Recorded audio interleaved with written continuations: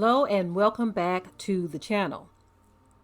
Now this story that I'm about to cover right now is something that we've covered on our other channel, but I wanted to make sure that my redirecting viewing and listening audience caught this one as well, because not all of you are subscribed over there.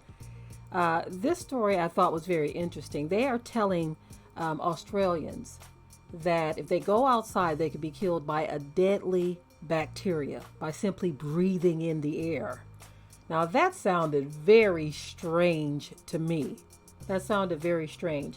Now I know that there are things that can become airborne that you can breathe in, and it can definitely affect you, this, that, and the third. I understand that. But to tell a whole region of people in the northern, a particular northern region in Australia, that going outside could be hazardous to your health. In my thinking, I feel like that same bacteria that's outside, of course you'll be more protected inside, but I feel like that same bacteria can somehow make its way inside if it's that bad, right? Anyway, there's a short report on this. I want you to take a listen at this. This sounds very, very eerie to me. It also sounds suspect, okay? But anyway, take a listen at this report and I will be right back. Thousands of Australians are warned not to go outside, or they could breathe in a deadly bacteria in their own backyards due to La Niña weather pattern. Northern Territory residents have been warned not to go outside, or they could be killed by an airborne bacteria.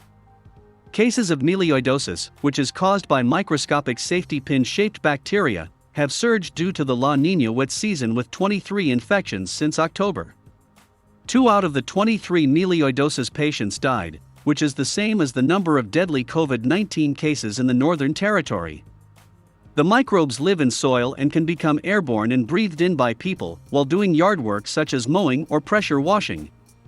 Professor Bart Currie from the Royal Darwin Hospital and Menzies School of Health Research said after years of dry conditions, the increased rain recharged the environment with water and bacteria.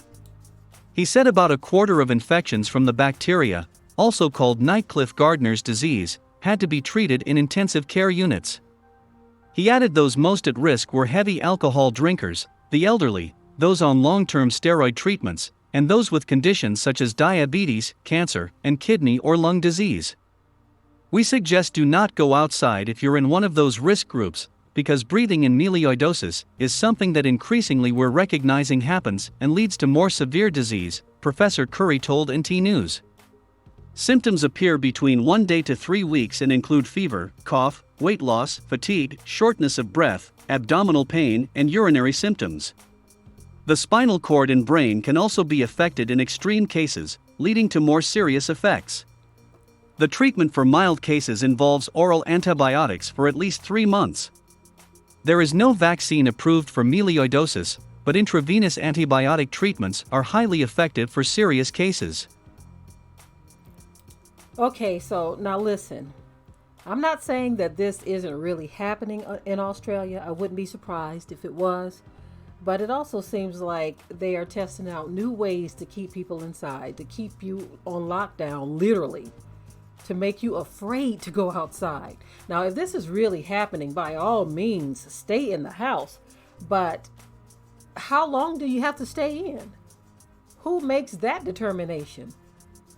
Could this be some type of man-made thing?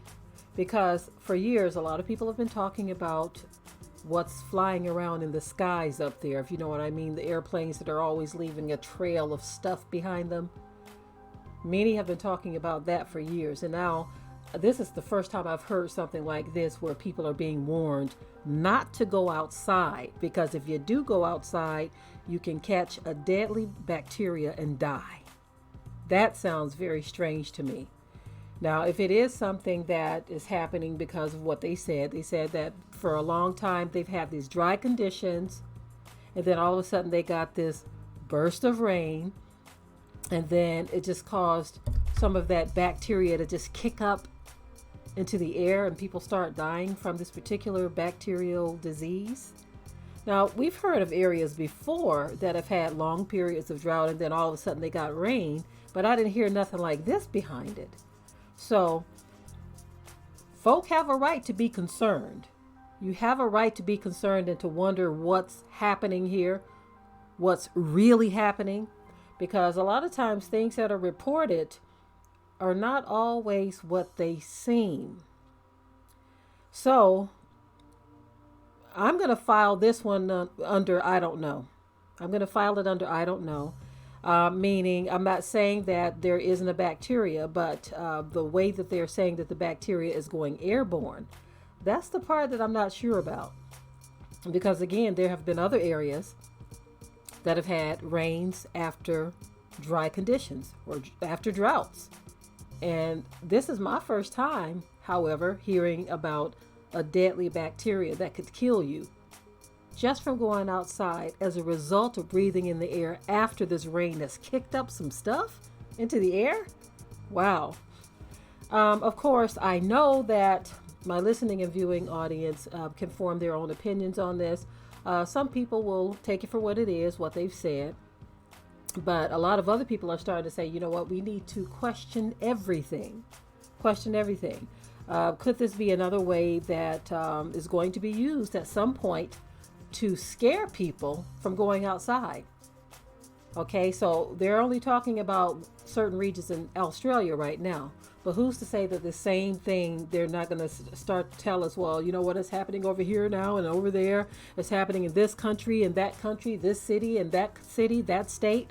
Who's to say that that's not going to be the next thing where they're going to tell people that this thing is now reached their shores? You see? Anyway, I am done with this video. You hear the phone in the background. I can't answer that right now, but anyway, thank you for tuning in. Remember in the comment section to keep it tight and keep it right, but until next time. We hope you liked today's topic. Please leave your comments below. If you haven't already, subscribe to the channel, share it like this video, and with that, we're out. Be sure to ring the bell to be notified of new uploads on this channel, and also comment, share, like, and subscribe.